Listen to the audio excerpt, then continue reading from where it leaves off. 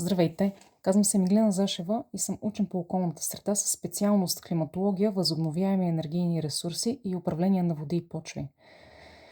Бях поканена да говоря по една много сериозна тема. За съжаление, всички усещаме ефекта от глобалното затопляне. Зимите стават все по-меки и безснежни, а летата все по-дъждовни. Ние трябва да се адаптираме и заради това сключихме и така наречената зелена сделка.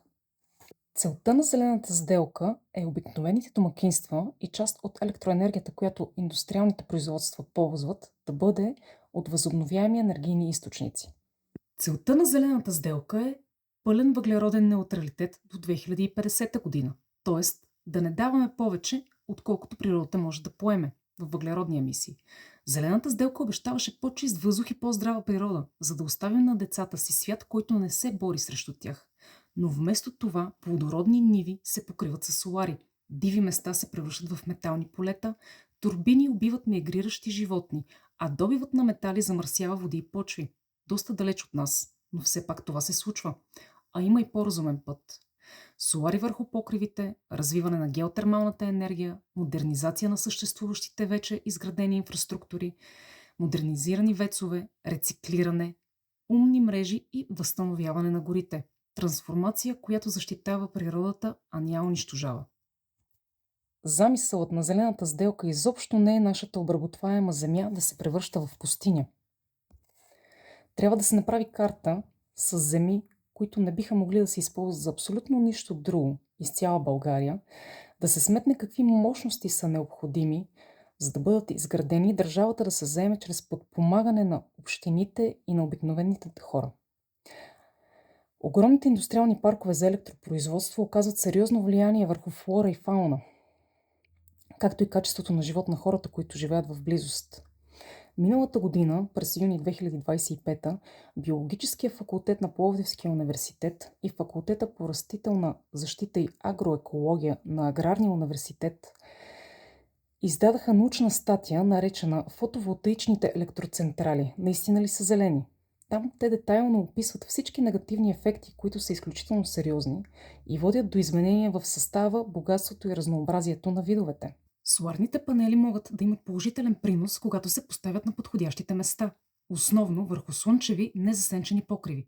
Те намаляват разходите за електричество, понижават въглеродния отпечатък и подпомагат целите на зелената сделка, без да нарушават природните ландшафти.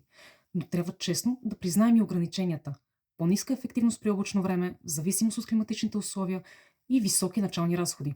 Също така имат и екологичен отпечатък от добива на материали и производство, подчертани в доклада на IPCC от 2021 година AR6.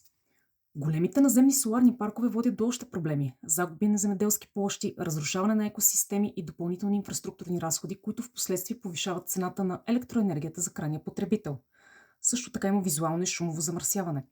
Вятърните турбини също имат своите негативи. Макар да произвеждат нисковъглеродна енергия, големите наземни вятърни паркове могат да фрагментират местообитанията и да влияят отрицателно на птици и прилепи, чрез блъсъци или миграция, прогонване. Ефекти добре документирани в екологичните оценки на Европейския съюз. Те изискват масивни бетонни основи и редкоземни метали, чието добив и обработка също носят екологични щети. В някои региони интегрирането на непостоянната вятърна енергия в електропреносната мрежа повишава оперативните разходи, което отново може да доведе до покачване на цените за крайния потребител. Орхуската конвенция, ратифицирана в България през 2003 година, гарантира 3 основни стълба за екологична демокрация. Първият е достъп до информация, като например качеството на въздуха, на водата, разрешителните за строеж. Втория е участието на обществеността, да се провеждат обществени обсъждания, екологични оценки, ОВОС, за проекти, планове и програми. И последният е достъп до правосъдие, възможност за обжалване на решения, действия или бездействия на властите, които нарушават екологичното законодателство пред съд и друг независим орган. Интензивността на валежите ще се увеличава, вероятността от горски пожари ще се увеличава. Покачването на температурите ще продължава. Ние не правим кой знае колко въпроса. Конкретно за възобновяемите енергийни източници липсва стегнато законодателство и ясна визия. Също така, огромните соларни паркове издават един много неприятен звук през целия ден, докато работят.